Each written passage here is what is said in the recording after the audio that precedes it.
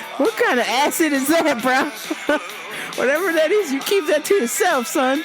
I don't need to see swastikas in my eyes. Holy shit. But before you're thinking David Bowie's a racist, he married the hottest black woman. Yes, let me repeat, because I don't date black chicks. Okay, he married the hottest black woman on the planet, supermodel Iman. She doesn't have a last name. That's how hot she is. It's just one word, Iman. Okay, so when you're thinking you're hearing swastikas in his head, he's referring to some kind of crazy ass shit. I'm sure it was some crazy ass drugs he was on. Yeah, the Bowie was referring to some crazy ass dream he had or some shit. I truly believe he's not a racist. But I remember people would scold me. They're like, why would you listen to that? He just said he's thinking about swastikas. And I'm like, well, that doesn't make you a racist just because you're thinking about swastikas. Makes you a racist if you, like, carve them on people and burn them or some shit. That makes you racist. This is another one that was a groovy, like, throwback kind of song, but it had an 80s vibe to it. It's Modern Love.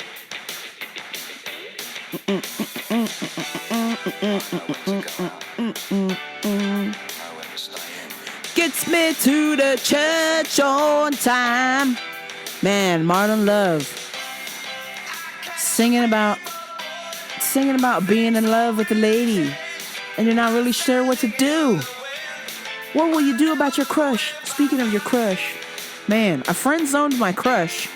And then I tried to take her out of the friend zone and I went back and she friend zoned me. Oh, God. Modern love, maybe gonna find it. Modern love, modern love gets me to the church on time. Church on time. And this is a casual, slowing it down with the Bowie. This is not America. America, oh, this is not America, sha-na-na-na-na. I was like, what the fuck are you singing about, Bowie? This is America.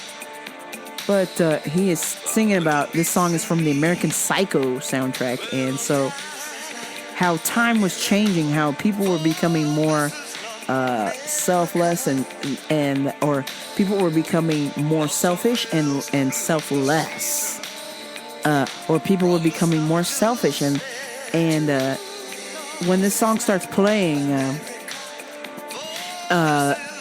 Christian Bale, who plays Patrick Bateman in American Psycho, is like talking to a homeless man, and then he just kills the dude. What the fuck? He just kills the homeless man just because he's homeless, and then he goes, "Get a job."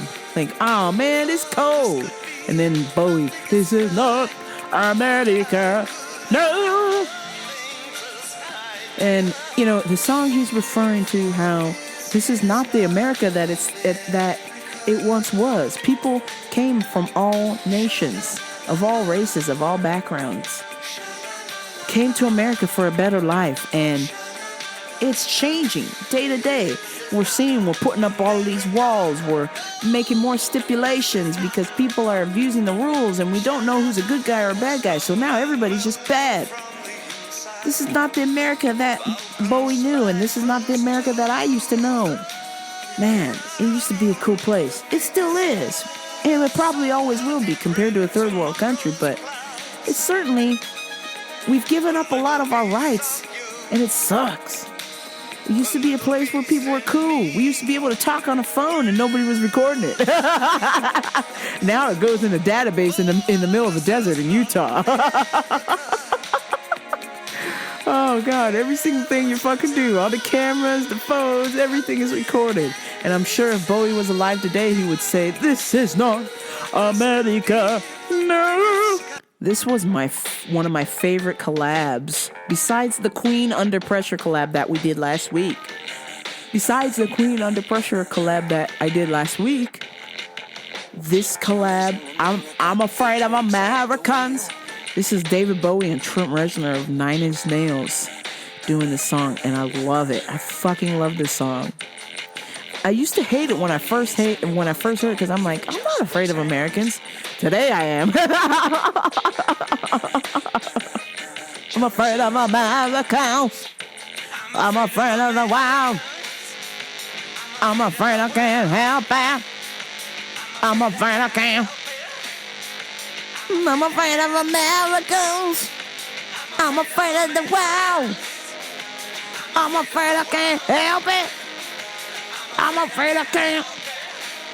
It just has this industrial techno vibe to it, and I love it. It's like super.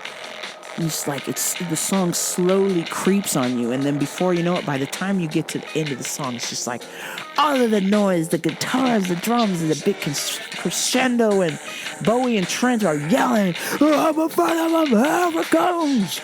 Oh, I'm afraid of the mound!" It's just one of those crazy songs, but that was off Bowie's album Heathen. And yes, the eyes are scratched out, which used to creep the fuck out of me. Even though I was hella old, by the time Heathens came out, I think I was like 16 or 17. Still, I will not look at that album when it pops up on my phone. I'm like, hell no, don't be scratching your eyes out. That's crazy. But I encourage every single one of y'all to please open your mind, expand your mind, and if you can get past the part where, like this person told me, where I don't like his music, he sounds like an old man singing out of tune. If you can get past that part and just listen to how it's put together, the level of musicianship. I mean, the drums alone on Black Star, it's like, I can't believe he was dying. I was sad that he had to go. I wanted another album. My selfish self, I wanted another album because it was so good, and he only did 7 songs on there, but it's amazing. It's so well put together, and when I listen to it, it makes me, it cheers me up, but it makes me sad because I know that he wrote it on his deathbed. Like, he's singing about dying and how he'll never see the English evergreens that he's running to, and that he's dying, and he's dying to.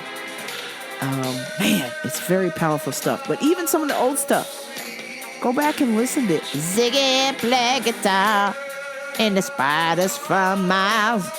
Go back and listen to Ziggy Stardust and the Spider from Mars. That's one of my good albums. And then also Station to Station, Diamond Dogs, Heathens, Black Star, Ashes to Ashes. Oh my God, just hit after hit after hit. Bowie is deep, balls deep. And if you don't want to go through and download all this stuff, I have a David Bowie playlist on my Spotify. Y'all can follow me on. So let me see here. Let me get the name for you. I'm afraid of Americans. Oh, I'm afraid of, wow. I'm afraid I can't help it. Oh, I'm afraid I can't. Okay, so I got it's not a capital D, it's David Bowie, and I have my favorite 165 songs from David Bowie. So all you have to do is go to the David Bowie thing, or you can go to Spotify and type in my full name, Jennifer Townsend. Sheesh, Spotify, I'm blowing up my spot. And look for the David Bowie playlist. And if you're already following me, kudos to motherfucking you. You are the man or lady. I encourage you to go listen because it's fucking amazing. Yeah. Space Oddity. The Man Who Sold the World. Hunky Dory. The Rise and Fall of Ziggy Stardust and the Spiders from Mars. Let's see what else. Aladdin Sane. Pinups. Diamond Dogs. That's Young Americans. I mean, there's just Station to Station. There's just so many good. Low is a very good album. Heroes. Oh, just hit after hit. Lodger. My God. People, if you want to follow me, you better go follow me now on Spotify, Jennifer Townsend. Spotify, you can find me. Look for the David Bowie playlist. And check out my other playlists, too, I've got going on. I've got some pretty cool ones going on as well on there. that is it for the influential albums. I hope you enjoyed it so much. I know I did. I loves the Bowie. Low, low, low, low, fires of the wash and funko funky. When all major toms are junky. Ground control to Major Tom. Take your protein pills and put your helmet on. Bang, buckling, that thing around. Man, let's dance. Put on your red shoes and dance the blues. You stumble into town. Visions of swastikas in my eyes. Little China girl. Man, I highly recommend the Bowie. Come on. I mean, give it a shot. Give it a listen. If anything else, pick a best of so that way you can kind of just hear the hits. And if you like it, I highly recommend that you go deep. You go balls deep into the Bowie. Bowies and spares. Bowie. Bowie. It's time for Customers of the Week. I asked a lady if she needed help, and she was offended that I asked her if she needed help. Hello, did you need some help today? Does it look like I need help?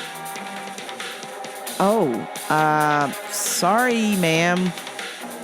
I work here? Sure you do. Yeah, I work here. Here's my name tag. Well, why do you want to know what I'm doing? Ma'am, I don't. I just get paid to ask you if you need help. And if you don't, then I'm going to clock out for the day. Which I did. Man, this is the thanks I get. I had 5 minutes left to clock out. And I said, man, I don't want to clock out 5 minutes early. That's, not cool. Let me just see if I can help another person. And I walked by this lady. I went, oh, she looks like she could use some help. Let me ask. Woo! Hell no. To the no, no, no. Hell to the no. Hell to the no. To the no, no, no. Man, do I need help? No, bitch. I asked you a question. A simple no, yes or no. A simple yes or no will suffice. I don't need you to get threatening with me. I don't need you to get crazy. And that's what she did. She's like, oh, hell no. Oh, hell no. And walked out, grabbed the water and walked out. And then I guess I asked the cashier, and he said, oh, yeah, she was pissed. I'm like, for what? I just asked her if she needed help. That's all. What the fuck's your problem? You're mental. You're absolutely mental, lady. You're a crazy person. I simply asked if she needed help, and she flipped the fuck out. So, man, I mean, what am I supposed to do? Not speak to anybody anymore in there? I mean, I'm just going to get in trouble, right? Then we had Sue call. Sue called when it was raining, and she so desperately wanted to come to the store, but didn't think she could make it in time before we closed. Hello, how you doing? Oh, well, is this Sue? And, I'm flooded in, but I really want to come to your store, but I don't know if I'll make it. Well, ma'am, it's about 7:30. You got about 2 hours to make it to store before we close. Okay, well, I'm going to try, but I'm just letting you know I'm flooded in. I'm like, okay. So I hang up. An hour later, she calls. Hello, it's me again. I was just wondering, am I going to make it in time? She kept calling. Sue kept calling. And the amount of times that she kept calling, she could have spent that time trying to figure out a way how to get out of her flooded driveway. What are you doing, Sue? You dumb son of a bitch. What are you doing? Stop it. You don't got Google over there? Come on. She kept asking, and I kept telling her, I said, well, ma'am, the longer you're on the phone, the worse it's going to get. So you might as well just come on over. Oh, you're right. Yeah, I'm right, because you're a crazy person. And finally, the last customer of the week, I had a Romanian lady. And what do we know about Romanian people? I love my Romanian people. Don't get me wrong. I got some Romanian homies. They are the sweetest people ever. But what he has told me, and the conclusion I've drawn to is, Romanian folk only like other Romanians. So when they get bossy, they get motherfucking bossy. And I had one literally try to treat me like I was a fucking slave. And I tapped out. I had it. I had to do the tag on and skip on out of there because she had crossed the line. And I felt that I would let her know rather than verbally saying anything, just to, just go ahead and step away and have another associate take care of her. But She wanted a product, and I showed it to her. And she pulls the product off the shelf. Is this the one? And I was standing about 4 feet away from her, and I said, yes, this is the one. She goes, come here. Come here. Is this the one? Come here. I said, oh, I can see from here. It looks good. No, come here. And the way that she told me to come to her, it gave me the douchiest of douche chills I've ever gotten in my life. I mean, we're talking about the way that it resonated with my body. She made me feel like it was slavery days. Like I had to like fucking go to her no matter what. And I didn't want to. But I mean, she just was like, come here. I'm like, oh no, sweets. The last Caucasian person that barked at me genetically was my slave master. So I'm about to dip out of here. Hell no. You don't think I learned from the first time? I know exactly what you pale-faced folk do. Come on. I was like, get the fuck out of here. There is no fucking way you're going to talk to me like I'm your slave. I was like, 1 second. Goodbye. Nope. Not doing it. I mean, what is wrong with you where you bark at somebody? Come here! Don't be rude. Just say, could you help me or something? Which I was helping her. But she wanted me to stand close to her. And she was being so rude. I was like, I'm not standing close to you. I'm ready to go. And then she says, like, come here! Come here! You don't help me or not? Come here! Like, okay, yes, I will help you. The door is that way. The exit is that way. Away from me. I mean, my goodness. What the hell's the matter with you? Just the way that she told it to me, I was just like, whoa, whoa, whoa. Anything else, George Washington? Because I ain't your slave, bitch. You better think twice who you're barking at. I am a human being, and you don't need to bark at me to get things done. As simple as that. Time for some sound clips. So this is BBC One, One Extra, dragging J-Lo through the mud, as she deserves it, because quite frankly, J-Lo is the last motherfucker that should be singing Motown, okay? J-Lo's Motown tribute at the Grammys. It was soul-free, it was gluten-free, sugar-free, low-carb. It was absolute trash. She sounded like she was doing karaoke at someone's hen night in Lanzarote. That's what it sounded like. How very dare you do that to a Motown tribute? No. How can you turn Motown into like something that sounds like it was on Pop Party number 4 CD from 2001? It was garbage. How can Jennifer Lopez do a Motown tribute? Sorry, not on my watch. Not while Diana Ross is alive. You could have gone past Kerry Hilson, Ashanti. How many people were above Jennifer Lopez before you said we're going to have to go with Jenny from the Block? Because that, my friends, was an inappropriate performance. Jenny from the Block doing Motown. Holy shit, worst idea ever. I've got Jamaican Sesame Street. Here we go. Jamaican Sesame Street.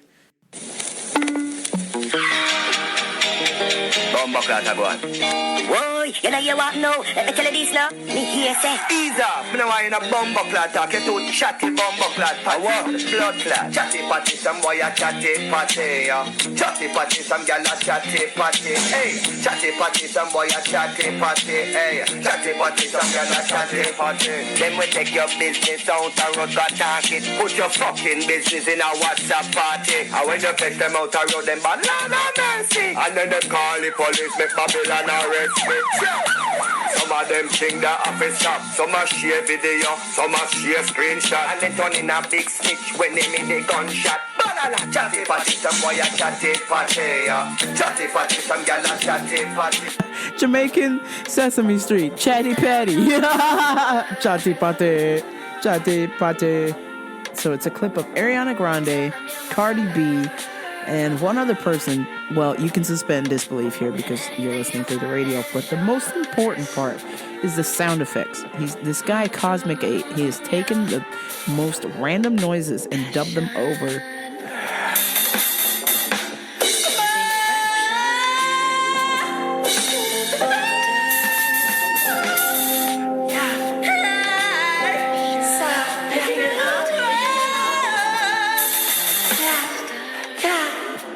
Turn it up.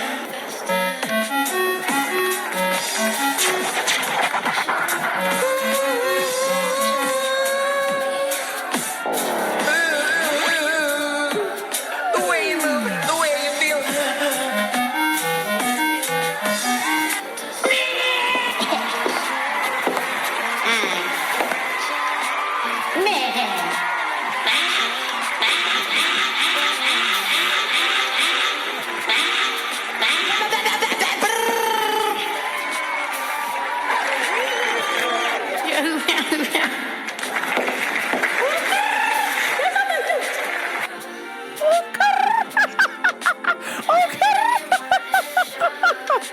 I love it.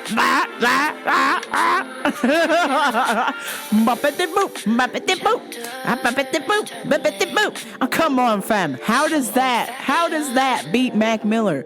Fuck no. That does not beat Mac Miller. Listen, y'all had one motherfucking chance to give him the award. He's dead, but you could have given it to his parents because he did such a fucking fantabulous job, and that shit beats that beats Cardi B. I'm sorry. She should have won for Bodak and Yellow, and instead they paid her back by giving her another Grammy this year. Hey, listen, she got snubbed for Bodak and Yellow. You don't get to make it up. She should have won for Bodak and Yellow, period, point blank. This year, Mac Miller should have won. And on that note, it is time for me to go. I've been running on 2 hours of sleep each night this week. Fuck you, Valentine's Day. Chirp with me, Valka.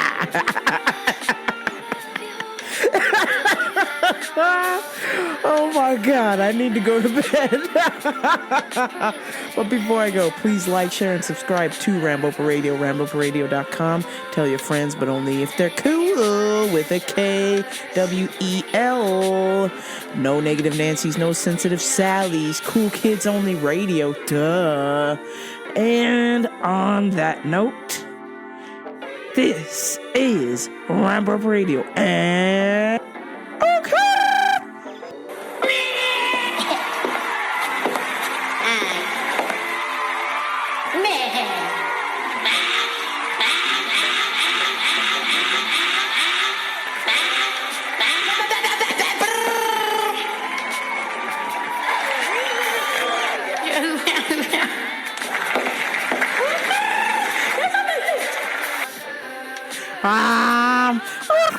out.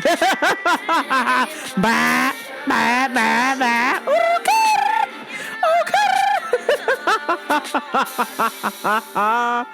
I'm out.